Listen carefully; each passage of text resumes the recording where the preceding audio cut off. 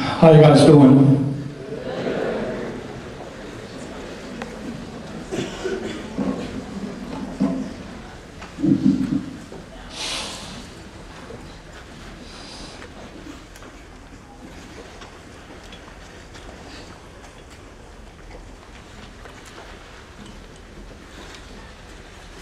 I've been a high school teacher for 34 years, 20 of them here at Southwest. And as Ms. Diaz mentioned earlier,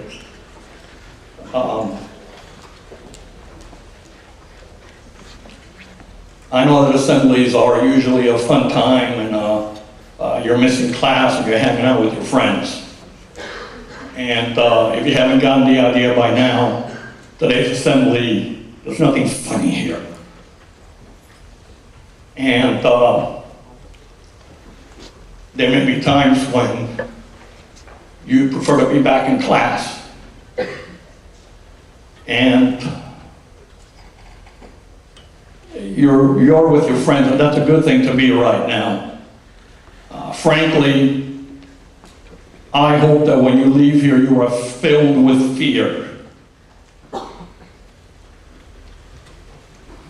Because fear is a great motivator. Fear keeps us from making bad decisions.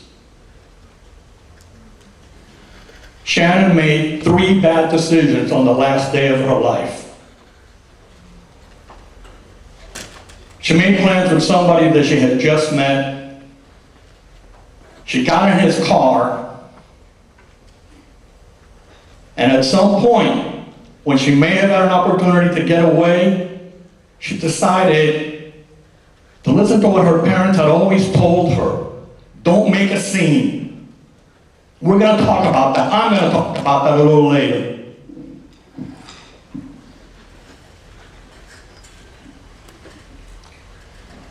I have a friend of mine who goes hunting. And he hunts animals. Specifically deer. And I'm not a hunter, but he's told me about the hows and the whys. And he's told me that when he goes hunting, on the morning of the hunt, when he wakes up, he knows he's going to kill an animal that day. And he gets dressed up in his camouflage outfit. Depending on the time of year, sometimes it's green, sometimes it's that tan beige you see. And then he goes to the location where his prey is, out into the woods someplace. And he blends in because of his experience in hunting, because of the way he's dressed, because of where he knows the deer are going to be. That's where he goes. And he just sits there quietly, waiting for the deer to come by, thinking their deer thoughts, whatever the hell that is, until they pass in front of his crosshairs on his rifle.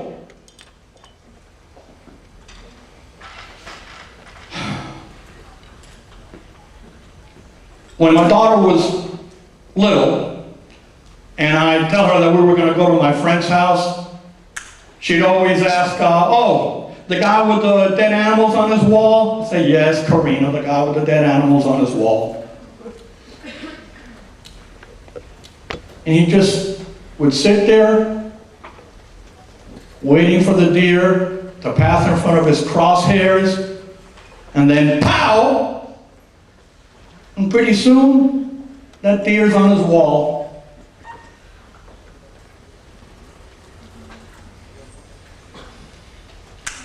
On Saturday, March 26, 1994, Shanon Melendi woke up thinking her plans for the day. And those plans included getting up, getting dressed in a way that would be appropriate to be a keep her at this softball complex in Atlanta.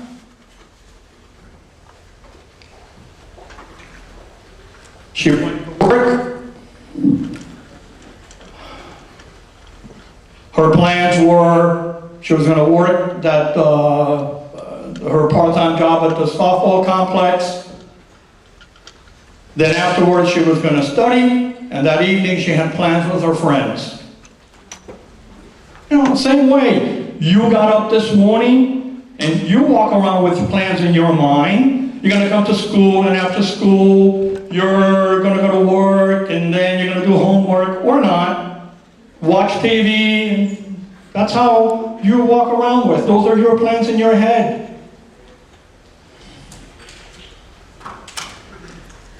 You've mentioned, you've heard a few things about Shanon here today. Shanon was senior class president. The senior class president here? Okay. Shanon played girls soccer for me. Are there any members of the girls soccer team here? Okay. You know why there's a 19 on your sleeve?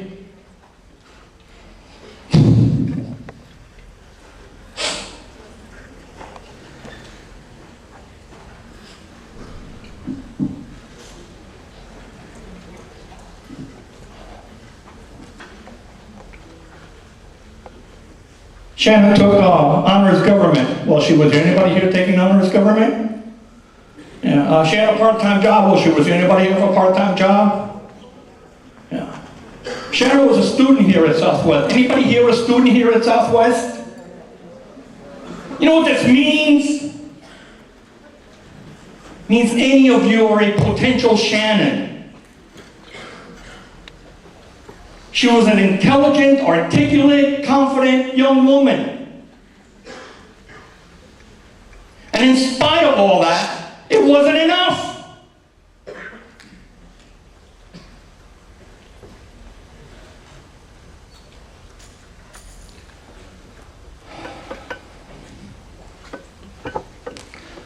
On the morning of Saturday, March 26, 1994, Butch Hilton also woke up.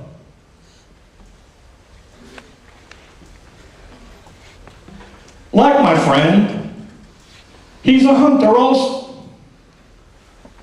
The difference is, he's a hunter of people, specifically young women.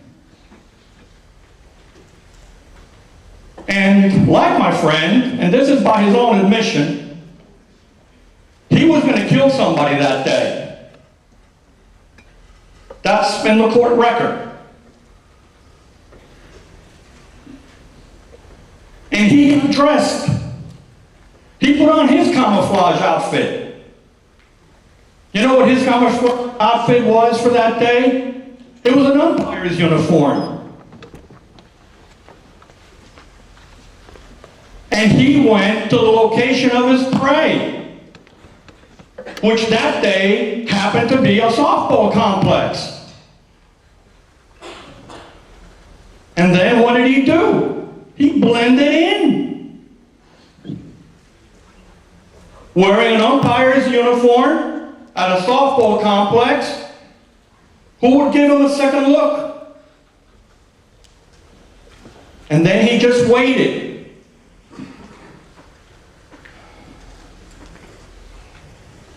He waited for someone.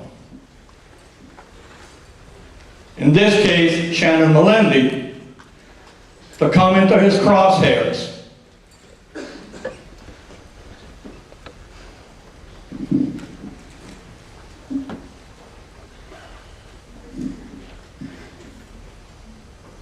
And then he kills her.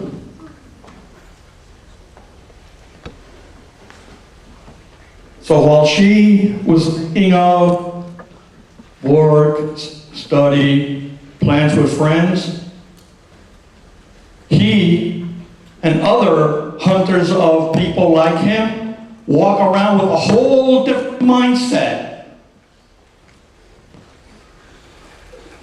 And you got to understand that. These people are not like you and me. So So when you hear the words, be aware, you gotta be aware.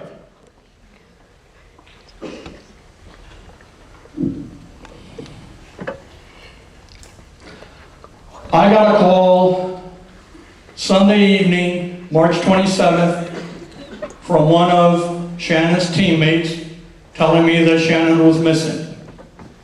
That's how I became aware. By Monday, March 28th, when I turn on the TV, Mrs. Melendi is on TV crying, begging for her daughter's return.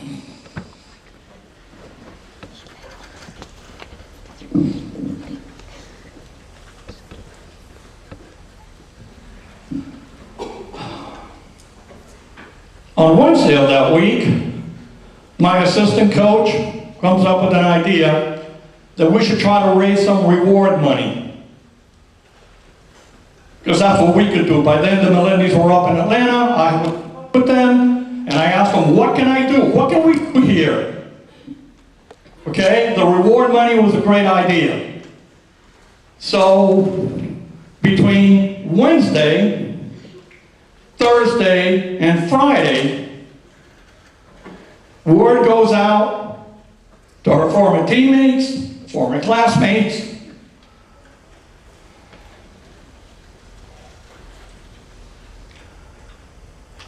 and on Saturday morning, April 2nd, at the front of the school, we had over 100 former teammates, former classmates, former teachers.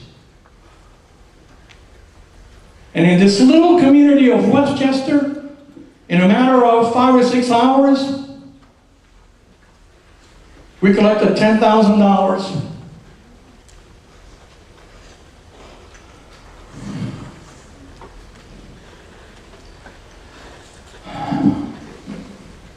I say stuff.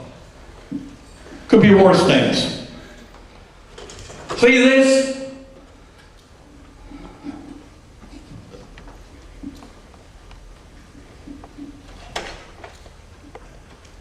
This is one of the cans we use to collect money.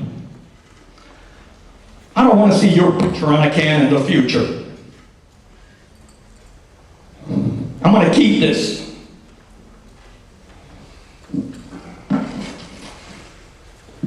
I purposely didn't clean this off because I want you to know what happens to these things. They get stuck in the back of our closet and collect dust.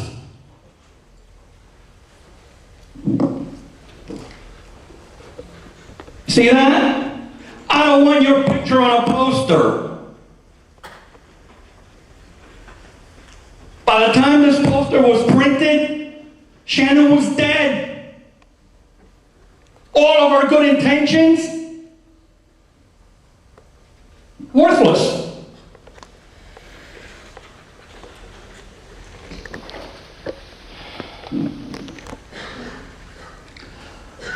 Said that Shanon made 3 bad decisions that cost her life. The first is she made plans with somebody that she hardly knew.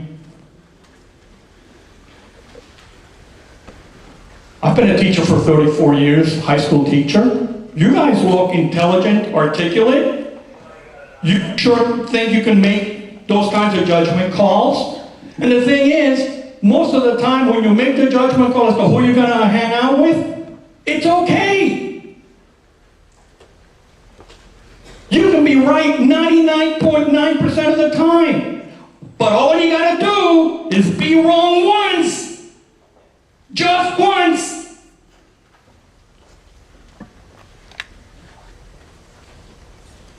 So you got to be careful who you hang out with. And whoever you're going to hang out with, tell your friends. Mr. Melanie and I were talking earlier about this exact same thing. Whoever you're going to hang out with, tell your friends that you're going to be with this person, and tell this person, by the way, my fill in the blank, mom, dad, cousin, friend, best friend, neighbor, knows that I'm going to be with you. Second mistake Shanon made is she got into somebody's car. All these people whose bodies are found, they didn't walk there. They went in somebody's car. Anybody know who Ted Bundy is? You ever hear of Ted Bundy? Okay, Ted Bundy was another despicable son of a bitch. He killed a number of young women in the Tallahassee area. Florida FSU students. You know what that clever son of a bitch did? He had a Volkswagen. Not the new kind, the old kind. And he would take the handle off on the inside of the door.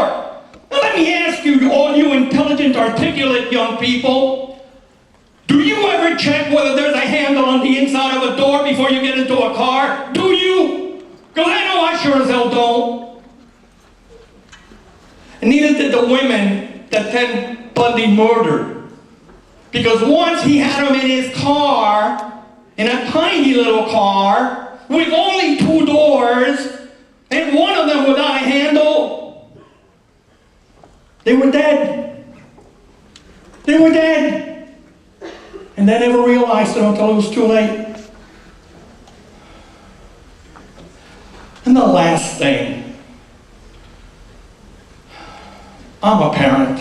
I have 4 children. One of them teaches here, one of them goes to school here. You know how your parents always tell you, don't make a scene, don't make a scene. Damn it, make a scene! Make a scene. Scream, holler. If the guy's gonna shoot you,